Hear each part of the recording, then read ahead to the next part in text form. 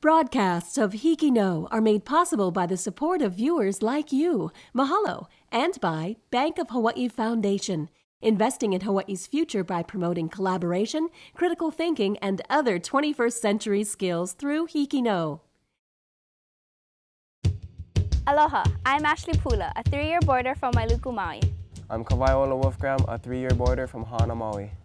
I'm Kavei Kina, I'm a 4-year boarder from Waihona, Maui. And I'm Tyler Gushigan, a 3-year boarder from Wailuku, Maui. We're here on the campus of our school, Lahainaluna High School. Home base for today's episode of HIKI NŌ, the nation's first statewide student news network.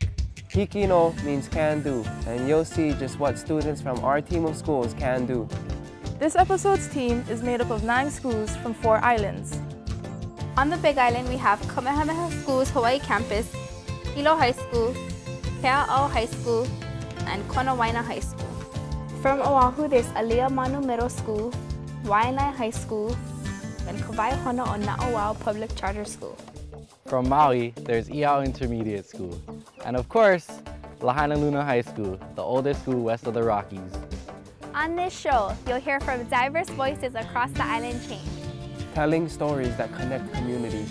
On HIKI NŌ, Can do! Before we introduce our first story, we'd like to recognize the grant organizations that made HIKI NŌ a reality. They believe that Hawaii could create the nation's first statewide student news network. they put their faith in us and said can do. To them we say mahalo. Now on with the show. The Arizona Memorial is 85 miles behind us. Thousands of visitors to the memorial know Ford Island as a site of Battleship Row. It is also home of military families, including some from Aliamanu Middle School students, where parents are stationed here with the Navy. What is it like to live on Ford Island in Pearl Harbor? Well, here's their story. Ford Island, it's a place of mystery. It was quite important to the ancient Hawaiians, known then as Moku Ume Ume. The island eventually came under control of the U.S. military. Most prominent and well known of its recent history is the attack on Pearl Harbor. Nowadays, those turbulent times seem far removed as Ford Island is now part of Joint Base Pearl Harbor Hickam and home to dozens of military families. To visitors and new residents, Ford Island housing seems like a typical neighborhood. However, as you roam around the area, there are reminders that you are living on a military base rich in history. Although this makes Ford Island an interesting place in itself, life goes on for those who live there. For a visitor to Ford Island, you get the feeling like you're living in a small town. For kids that live there, finding things to do might be a challenge. The Housing Authority tries to make things as convenient as possible. It's all right. There's a rope swing that people go and swing on, and there's a pool. There's a bunch of good skate spots, so it's fun. I've lived on Ford Island for 2 years. It's like anywhere else, but you're trapped by water. Whenever you want to go anywhere off of Ford Island, you have to go off of the bridge. And so the bridge itself is like a mile long, so it takes a long time to get anywhere. But it's also fun because like we have our own island to live on, and there's like a lot of wreckage from Pearl Harbor, so it's cool to like go around and look around, so that's cool. It's good. If they feel a little isolated now, it was even more so before the Ford Island Bridge was opened in 1998. Officially known as the Admiral Clary Bridge, it is a much more convenient way to travel than the ferry that brought people and goods to and from the island. There was a ferry that was in operation, and I rode that ferry Monday through Friday, sometimes on Saturday and Sunday, back and forth. It was the only other means to get to Ford Island for the residents that lived there and for the people who worked there. I worked at the Naval Brig, which is a corrections facility. Because the ferry was the only method of transportation, residents and workers there would have to plan their whole day around the ferry schedule. If you missed the last boat from the Honolulu side, you couldn't get back to the island until the next day. There are plans to expand the military housing on the island, along with other improvements to the military installation. However, as long as access is restricted and efforts continue to preserve its history through museums and memorials, living on Ford Island will continue to remain low-key. This is Sydney Chardella from Aliamanu Middle School, reporting for HIKI NŌ. If you'd like to comment on this story or anything you see on HIKI NŌ, join the discussion at facebook.com/HIKI NŌ can do, or send us a tweet at twitter.com/HIKI NŌ can do. Halepai, or printing house behind us, began as a grass shack built in 1834 where the first newspaper of the West of the Rockies was printed. The present building was constructed in 1837 and restored in the 1960s. It reminds us of our long academic history. Our next story from Hilo High School introduces us students who train academically all year round. Hilo High's academic decathlon has won the state championship 16 of the past 20 years. Why is academic decathlon so successful at Hilo High? What drives the students to be the best of the best? Do you know what Acadec is? It is the academic decathlon where students are quizzed on 10 different academic subjects. The subjects are art, economics, essay, interview, language and literature, math, science, music, social science, and speech. In addition, there is a super quiz. This year's topic is geology. The academic decathlon was founded by former California educator and superintendent Robert Peterson in 1981 because he believed that academic events should be for everyone. Here at Hilo High School, there is a diverse student body which allows for a unique academic team. So you have the honors category, that's students with GPAs of 3.7 or higher. Then you have the scholastic category, which is 3.0 to 3.69. And then you have to have students in the varsity category, which is 2.99 and below. Many students enjoy a challenge as well as being part of a team. What I like the most about academic is studying while still being able to bond as a team. There's definitely a team dynamic which is enjoyable. Being grouped up with people you normally wouldn't socialize with, you get to know people. The bonds that are made are strong because of the obstacles that the team has faced. But ever since our most recent coach, Mrs. Izawa, moved to the Ukraine 2 years ago, we've really taken on student leadership and have been really self-directed in our studies. And I think that's what makes us special. I think that the reason why our team is successful is because we meet often, practice hard, but they have to bond. They have to know that they're a team. You cannot win as an individual. You can win an individual award, but you cannot win overall unless you're a team. And that's what we've been able to do. We've been able to create a family. Learning together as a team is what allows Hilo High to do so well year after year. It's just so much weighing on what awards you're going to get, what place you're going to get. And we ended up being called up to the stage, and it was an upset, as it always is with Hilo High. We're always a dark horse when it comes to nationals. So the most rewarding part of academic, I'd say, is the culmination of the entirety when you go up to the stage and accept your awards. This year, Hilo High placed third in their division and came in 11th out of 36 competing teams from around the nation. Members also came home with a total of 9 individual awards. This has been Shea Pitoy reporting for HIKI NŌ. Yes, our school has a graveyard. Reverend Dibble and his wife, founders of our school, are buried here, among others from the 1800s. From here we can see Mount Pa'upa'u, where David Malo, Hawaii's first native scholar, is buried. Yes, we are big on history, but Waihona o Kana'o'ao Public Charter School in Nanakuli tells us of a site near their school, which is much older. According to legend, it is the birthplace of Maui. Aloha, I'm Austin Bermoy-Store, and I am a 7th grader from Waihona o Kana'o'ao Public Charter School on the seashores of Nanakuli on the Waianae coast. In a previous story for HIKI NŌ, we told viewers about a mural on our school campus that tells the legend of the demigod Maui and how he captured the sun. What makes this story so significant to us is the location where Maui was born. Our principal, Mr. Alvin Parker, gave us our first lead. Well, according to a well-known historian, Keone Nunez, who provided us with the history of Maui, it was told to me that Maui was born in Nanakuli. Wanting to be accurate, we talked with several Native Hawaiians in this community to hear their stories. We were surprised when we discovered only a few residents knew about the legendary birthplace of Maui. The rest had no idea, so we continued our quest to locate the answer. It was not until we asked our Hawaiian studies teacher, Kumakamana'o, if she knew anything about the legend of Maui's birthplace. Well, you can actually find the birthplace of the demigod Maui in the book called Sites of Oahu. In this book, we discovered what we were looking for. This book confirmed what only a few people in this community knew. And the fact is, just a mile from our school along the Waianae coast, according to legend, Maui was born in a stream called Ulehava. It is a stream that starts inland and ends at the foot of this ocean. You may have often seen children and teenagers jumping off the walls and into this stream. So the next time anyone asks you, where was Maui born, you can tell them that he was born on the leeward coast of Oahu in Nanakuli in a place called Ulehava. The closing of skateboard parks on the Big Island is creating problems for students there. It's the same here. We feel their pain. On the island of Hawaii, the youth have a limited amount of activities. One of the activities that is being scrutinized is skateboarding. It's been something that's been in my life for as far back as I can remember, and it's a release for me, basically, to get things I'm stressed out about, and it's fun to do.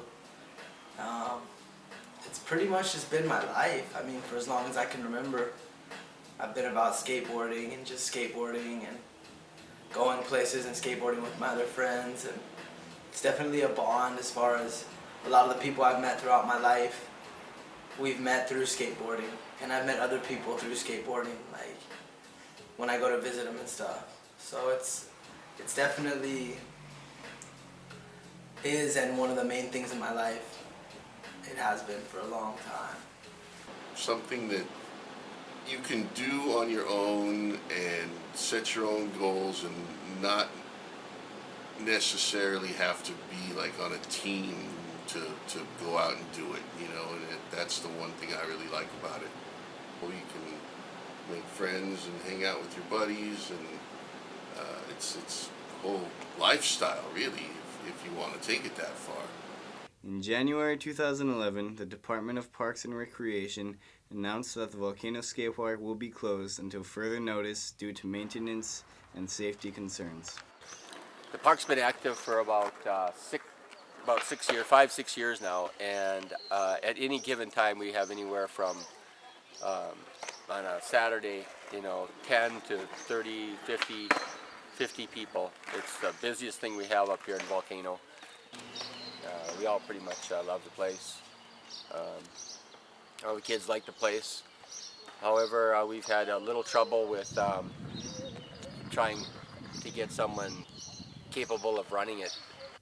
With 1 out of 2 skate parks closed on the east side of Hawaii and no skate park in Hilo, the youth have no other place to skate besides on the streets. It's real underground because there's not anywhere public to skate in Hilo, so everyone's skating spots.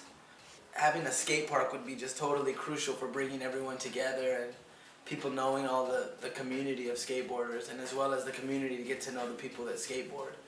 Since there's not a spot right now, everyone skates in the streets or just at different spots, and people get a real bad impression on that because they don't know, that there isn't a place that is public where kids can go skate. For the kids that like to skate, it's everything. You wanted to play tennis or golf and there was no golf course, you can't do it, or you find a way to do it that you're not supposed to. And this would give a lot of kids a place to go where it would be safe and legal, and everyone is going to benefit from that. Now, here's a story from Konawaena High School about a book full of beautiful and mysterious creatures.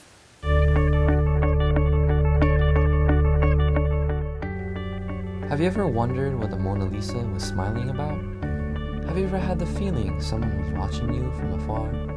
On the slopes of Holualoa in West Hawaii, there is a colony of Jackson chameleons, and artist and author Mary Lovin has dedicated many hours to observing the mysterious habits of these fascinating reptiles.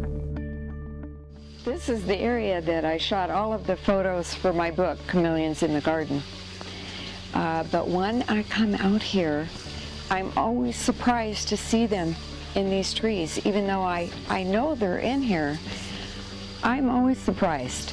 Now, this morning I'm seeing 1 female, 2 females, and the male is up there. I did see him earlier.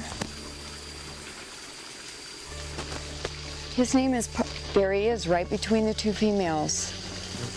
His name is Palmer, We first saw him in the areca palms right here, and he fought for this territory from the longtime resident Konano, who was the grandpa chameleon, and they had horn-to-horn combat, and this is now his territory.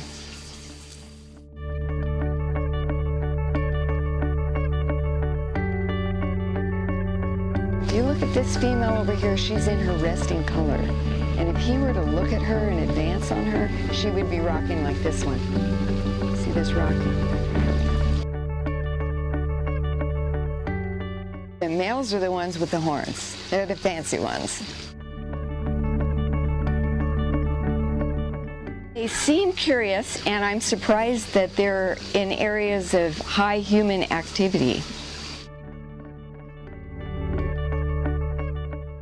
If you want to know more about the Jackson chameleons, being Jacksons, doing what Jacksons do, stop by the Holualoa Gallery in North Kona and talk story with Mary Lovin. This has been Brandon Pettifer from Konawaena High School reporting to you for HIKI NŌ. Lahainaluna is more than your average school. We used to be self-sustaining and more, supplying 2,000 eggs a day to the community. We are working hard to get back to our roots. We take you now to Kea'au Village Market, established in the 1980s to help displaced sugarcane workers who turned to farming. It gave them a place to sell their produce. Today, the market gives a new generation of farmers a popular place to sell what they grow. Aloha, I'm Aliko Ho from Kea'au High School. I'm here at the entrance of Kea'au, a small town about 9 miles from Hilo town on the big island of Hawaii. I'm here at Kea'au Village Market, which was created to help farmers in the area to sell what they grow. The market was built by Shipment Limited, a Kamehameha company based in Kea'au. In 1980, the sugar plantation closed down. That provided the opportunity for diversified agriculture, small banana, papaya, and other fruit growing farmers that came into the area. In the 1980s, after the farmers were established, the need for a market was very evident. So Shipman started planning and construction of the Kea'au Village Market. The market was completed in 2002. It's about 10 years old and it's very successful. It's a vibrant part of the community. But as for this marketplace, now, good. You know, you can hang around, talk story, you know, and no pressure.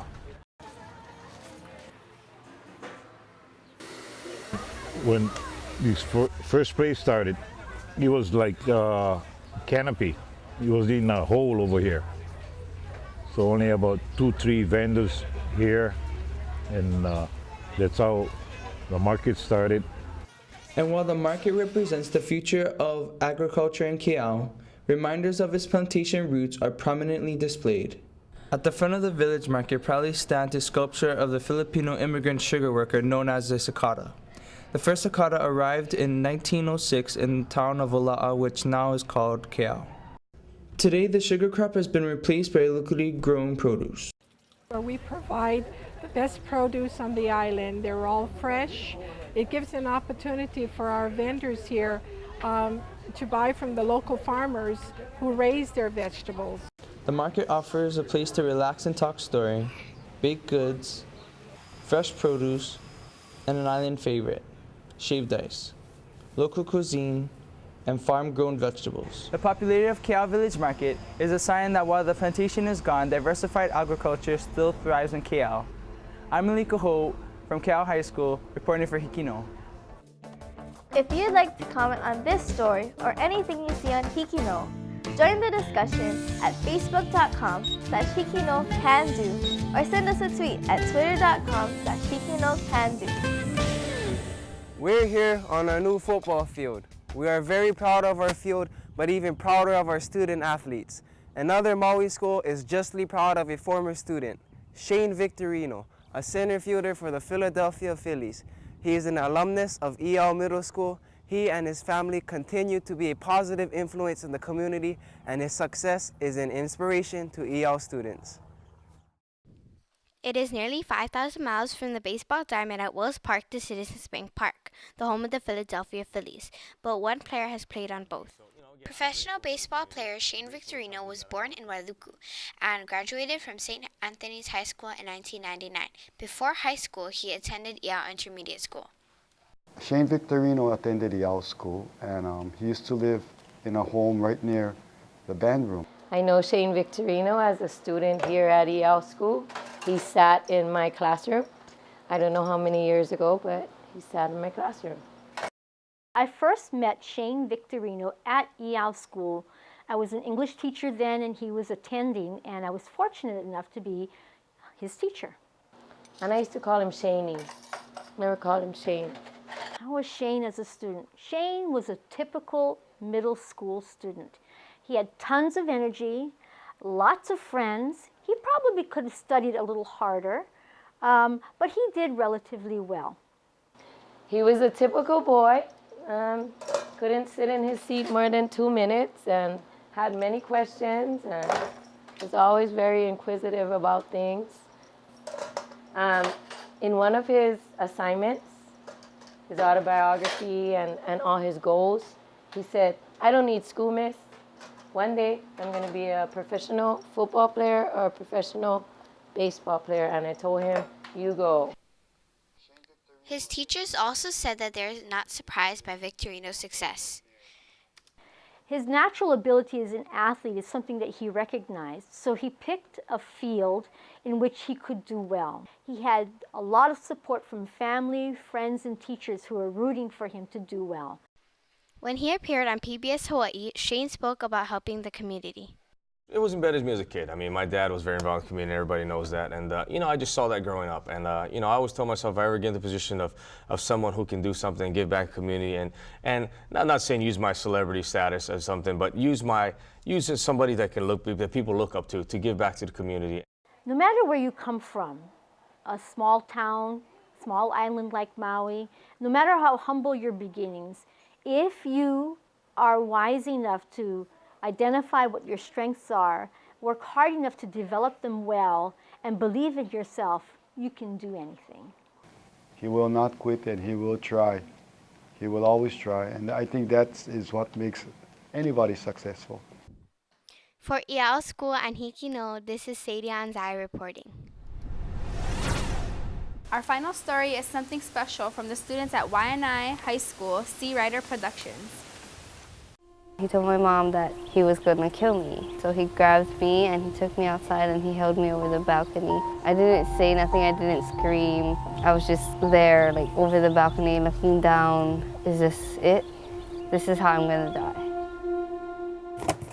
In 1 week, Giselle De La Cruz and her family are relocating from Makaha to Maili. Their new home will be about 4 miles away and 1,000,000 miles from when she grew up. Moving is nothing new. She's done it exactly 6 times. However, there's one that stands out in her mind. I got a phone call from CPS and they said they had 2 children, an 11-year-old girl and a 5-year-old boy.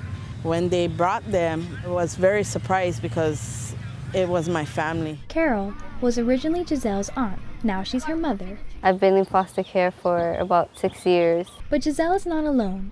There are nearly 3,000 children in foster care in the state of Hawaii who have been neglected by their parents, forced to grow up faster than they want. They put their child in danger in some way, either by abusing them physically, or perhaps the parent had some kind of drug problem. Sometimes it's students who have been sexually abused. And in Giselle's case, it was all of the above. Giselle has been molested, physically abused, abandoned, nearly killed twice, and raped.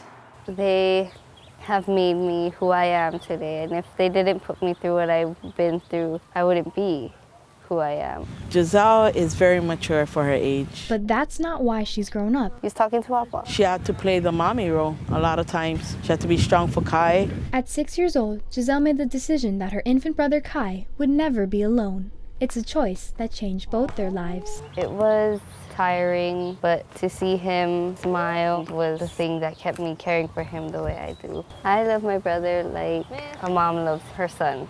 I love her. He may not be much of a talker, but what does come out speaks volumes. Why do you love your sister so much? Yeah, when I was small, she used to always take care of me.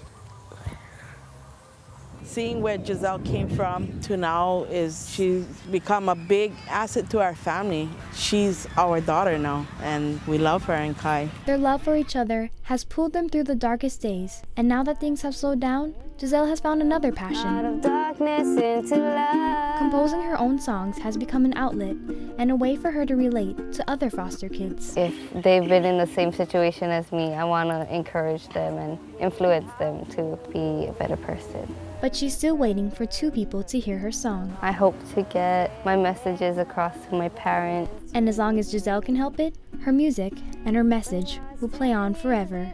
Heidi Neidhart, Sea Rider News. Not giving up. Goodbye, goodbye.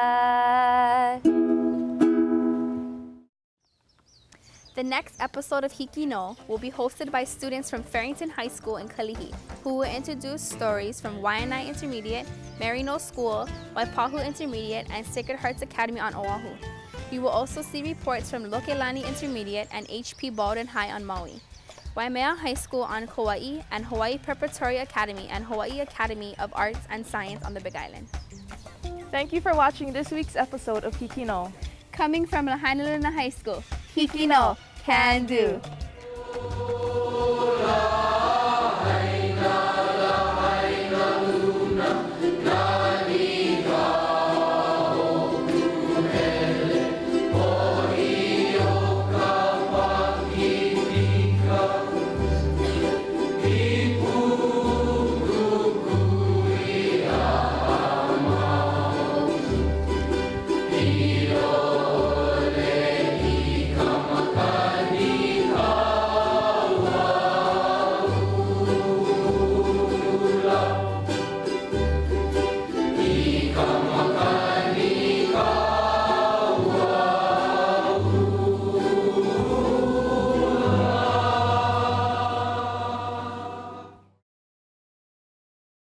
Broadcasts of HIKI NŌ are made possible by the support of viewers like you. Mahalo, and by Bank of Hawaii Foundation, investing in Hawaii's future by promoting collaboration, critical thinking, and other 21st century skills through HIKI NŌ.